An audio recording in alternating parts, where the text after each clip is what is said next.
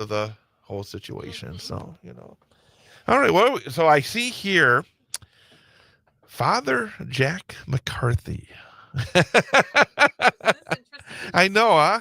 I tell you. So it's like, I mean, and again, that's one of the interesting things about what you do is the fact that it's local, but yet it's international, which is very cool. But all right. Whenever you're ready, we're all set over here. All right.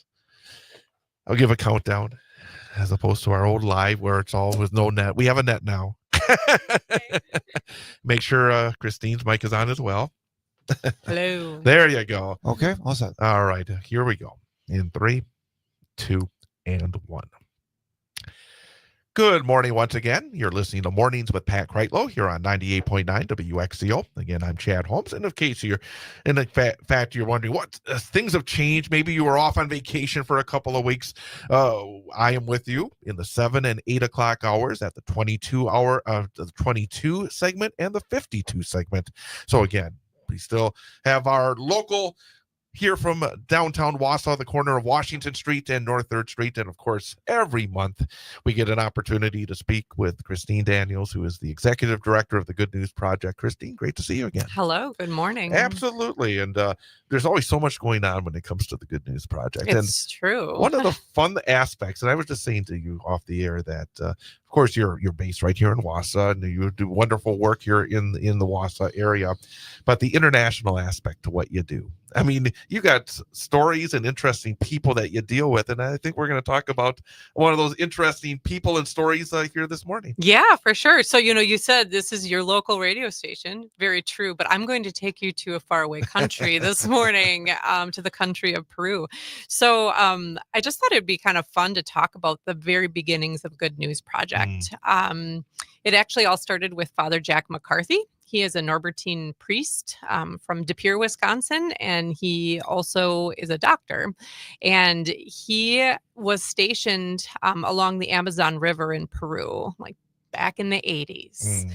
And he was there because he was a medical doctor, so he did jungle doctor work, really. So he didn't have all of the newest and best equipment, but he did what he could to take care of the health of the people in this small village. And in walk the drug cartels, and they're trafficking drugs and major illegal things, and there's a lot of movement near and around the village that he was stationed, and he was concerned about the people. He was there delivering babies and taking care of snake bites, and he was seeing the negative impacts of the drug cartels on his people. So he speaks up against that, and he makes a little too much noise that they're not so happy with that. Boy, you're being very nice about that. You know how that is when people with weapons aren't happy with you. That can be kind of a hairy situation. So it got very, very dangerous, and they did put a price on his head. Geez. And one evening, there were a couple local villagers that came in the middle of the night, and they woke him up, and they said, "We've got to move out now." They had intel that someone was coming to get him that night. And so, they just quietly left, and they went down a small boat on the Napo River and then into the Amazon, and ended up in Lima, Peru. So he disappeared among about 7 million people for a little bit. And then the Norbertines in De Pere, their leadership reassigned him to a small Catholic hospital in St. Lucia. So if you know anything about Good News Project, our beginnings were in St. Lucia, right? So how does it all connect? Right. So Father Dr. Jack's brother is Dr. Chuck McCarthy, and he is a local retired ophthalmologist from the Eye Clinic of Wisconsin. And he and his wife, Peggy, went down to visit Father Dr. Jack, and they loved the country of St. Lucia. And the next year they went back with a couple friends who were musicians, and they did little music workshops at different small local churches in St. Lucia. And then they met up with a priest. His name is Monsignor Patrick Anthony, but everyone called him and calls him to this day Paba. And Paba said, we love your music. We would really love help with the housing crisis here if you think you could do something. So, you're taking a doctor and musicians and saying, I need help with housing. So Chuck and Peg came back to Wausau and they said, how are we going to do this?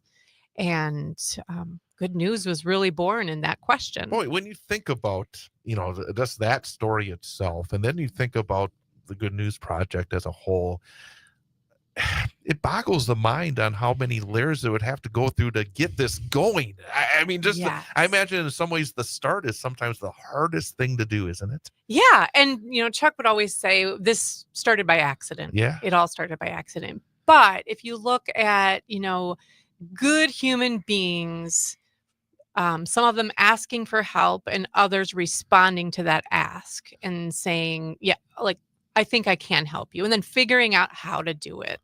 And we continue to do that today. Right. With our different programs, we have recycling. Well, how are we going to make a little more money as a nonprofit so that we don't have to continually ask donors for a donation, right? So e-cycling is born. And with durable medical equipment now, we have that, and we used to ship that to St. Lucia and other West Indian countries, and people started asking, how could I borrow those crutches? Could I, and one of the really cool things I've always thought about our nonprofit is that we have been able to adjust to the needs of the people who are making the ask. Boy, that has to be one of the most important aspects for what you do, because things never stay the same, do they? Never. I mean, in terms of what the needs are, what the hurdles are, even for yourself. I mean, I imagine those always change as well. So, boy, you have to be very quick on your feet. Yeah, very nimble. And I feel like yep. we are. And we always have the right people on our board of directors at the right time when those when we went into strategic planning and we really needed to assess, okay, what are we doing? Are we doing it well? What need do we see that still is defined within our mission statement and our vision? Right.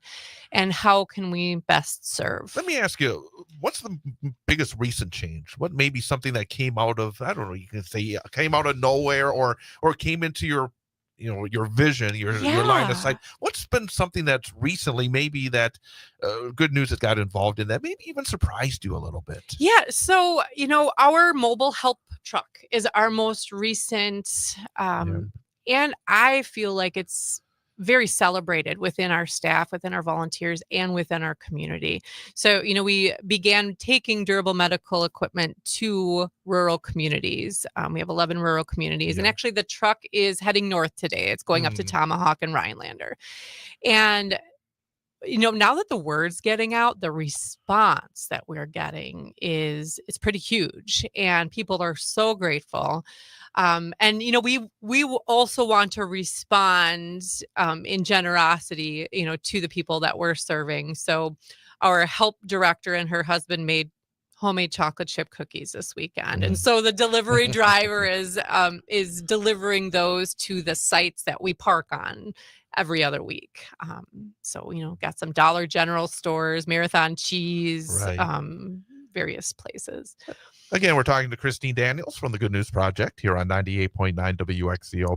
Along that line, when you do something a little different, when you add something to the menu of the items that you do, and it does resonate in some way, that has to be something that really is fantastic. It doesn't mean that if you try something and it doesn't resonate, that it was a mistake, because you still learn something. Exactly. But when it does resonate, it has to be something that, boy, that must get a spring in the step of you and everybody at Good News. Yeah, for sure.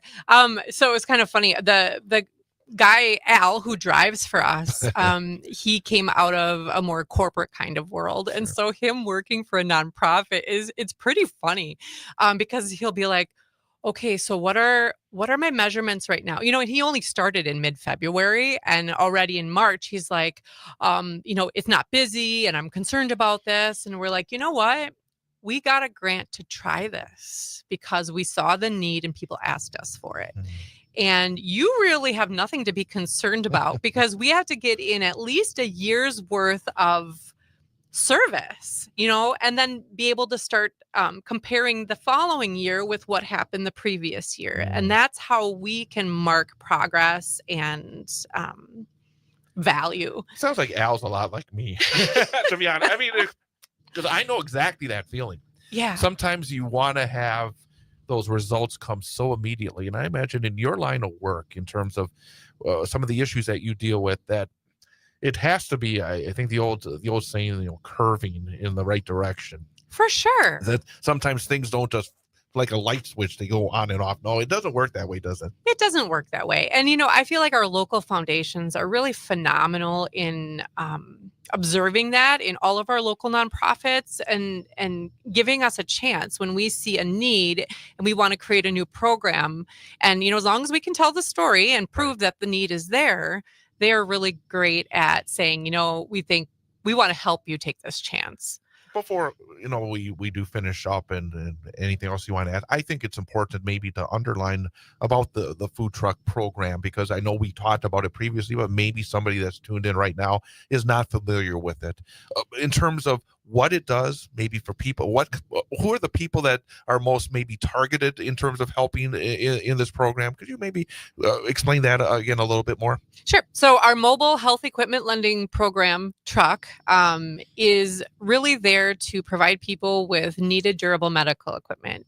A piece of DME, what we say is like a hospital bed, walker, wheelchair, crutches.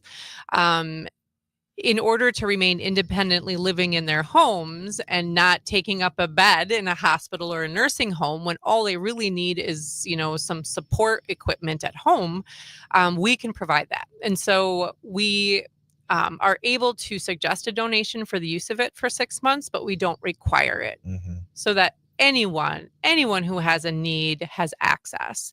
And it's not income dependent necessarily, because you may have gotten hurt and are trying to be released from a hospital and you want to get out today, and if you don't have that equipment lined up, they're not going to release you. So it doesn't matter what your income is, Chad. You just want to get out of the hospital, right? Boy, you know me well. So we can help, we can help anyone as long as we have that equipment there, and everything is safety checked, it's sanitized, and I always say we have amazing customer service to help people. And I remember when we talked about this previously, you've done this basically in your Good News building over here in Wausau. Yes. But you're taking it where for some folks, like I think it was in Stratford, if I remember at one point you went over there. How some people just can't get to Wausau. Exactly. This is such a gift to these folks that, like you say, where the need is. Yeah, it saves the driving time for people, especially if they're in a caretaking situation. Like their charge maybe can't be left for longer than an hour. So if we're meeting them more than halfway to their community, they're able to do that. Oh, yeah, absolutely. So for people that may be interested in knowing where the truck goes, how do they find out if they're coming to their community? Sure, it's on our website. And that is goodnewswi.com. And we also do announcements on Facebook every week saying, hey, this is, these are the communities, these are the times, this is where you find us. So follow Good News Project on Facebook. Yep. You get a lot of great information. And I guess to circle back to where we started, the story again for Father Jack McCarthy. I mean, you think about that story, where you step up and you say you step up, and then all of a sudden you get in trouble, and then there are people that are there to help you as well, and then it ultimately leads to more people where you connect. I mean, this circle basically. It's an amazing story, but it also shows that everybody does have that ability to change the world, and that's something that is the motto that you guys talk about. You bet. Yeah. I mean, we've touched tens of thousands of lives through the various services that we've provided, and it's beautiful. Before we wrap it up, anything else you want to touch on? Maybe reminders, of course, you got the e-cycling. Anything else that we should kind of touch on before we finish up? Sure. So e-cycling is every Friday. We charge 49 cents a pound. That is a major fundraiser for our nonprofit, but it also is keeping stuff out of the landfill and keeping our air and water clean by doing the right thing with recycling. man, again, and I know that you love having folks stop on by. I sure do. Love giving those tours, show what you do, because there's so much great that you do. And it's, Thank as you say, be the good. Be the good. Be the good. The Yeah. Good News Project. Again, for folks who may not be familiar, where exactly you're located. 1106 North 5th Street. We are just north of downtown Wausau, just south of Franklin Elementary School. And I always see the signs. I tell you, that's one of the good You just things. have to swing in, Chad. There you I'm go. telling There ya. you go. I tell you, it's always great to see you, Christine. You too. We'll see you again next Thank month. you. That's Christine Daniels, Executive Director of the Good News Project. We'll take a timeout. More of Mornings with Pat Kreitlow straight ahead here on 98.9 WXCO. And we're clear.